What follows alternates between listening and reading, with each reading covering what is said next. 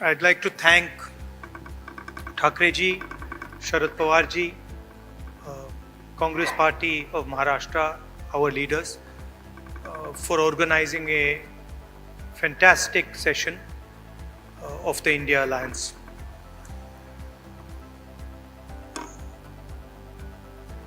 Two very big steps were taken. The most important thing to understand is that this stage represents 60% of the Indian population. If the parties on this stage unite, it is impossible for the BJP to win an election. So the task in front of us is to come together in the most efficient way possible.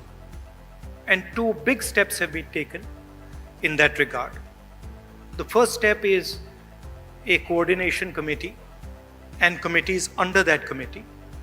And the second step is a decision that we will expedite all seat sharing discussions and decisions and make them happen as soon as possible.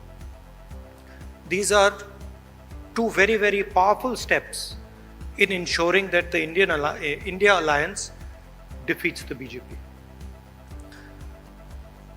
The election is very, very clear.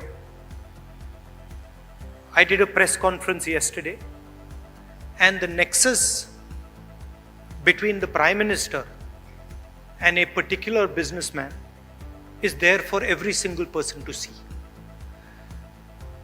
I mentioned yesterday in my press conference that the G20 is taking place, and it is very important for India's credibility, our nation's credibility, that the Prime Minister makes his position very clear and begins an inquiry on what has happened with regards to Mr. Adani.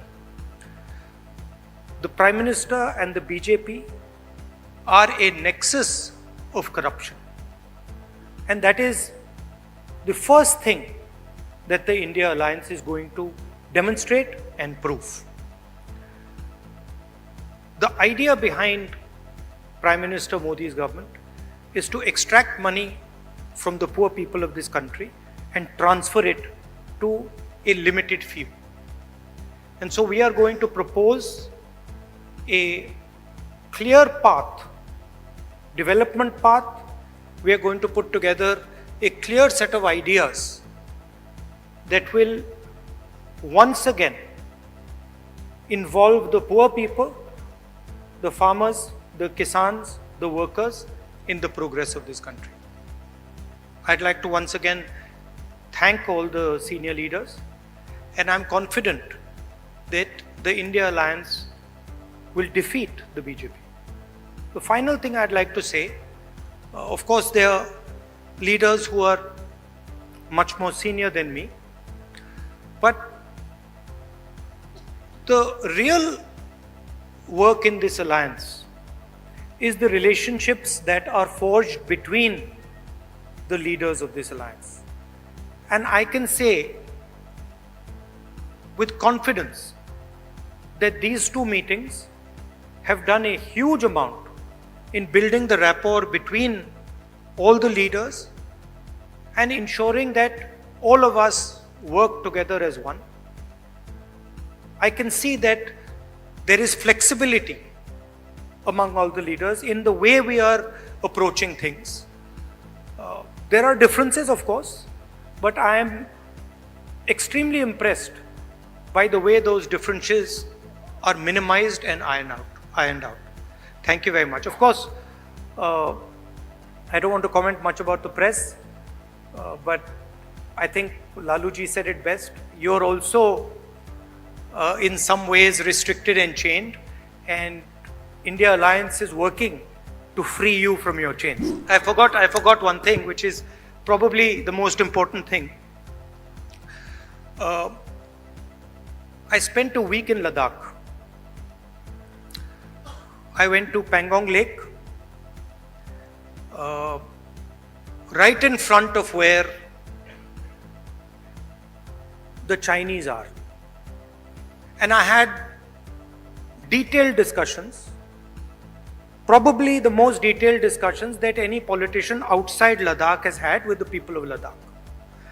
And specifically, the shepherds of Pangong Lake, the leaders of Pangong Lake, and the common people who live around Pangong Lake. And they categorically told me that the Chinese have taken Indian land.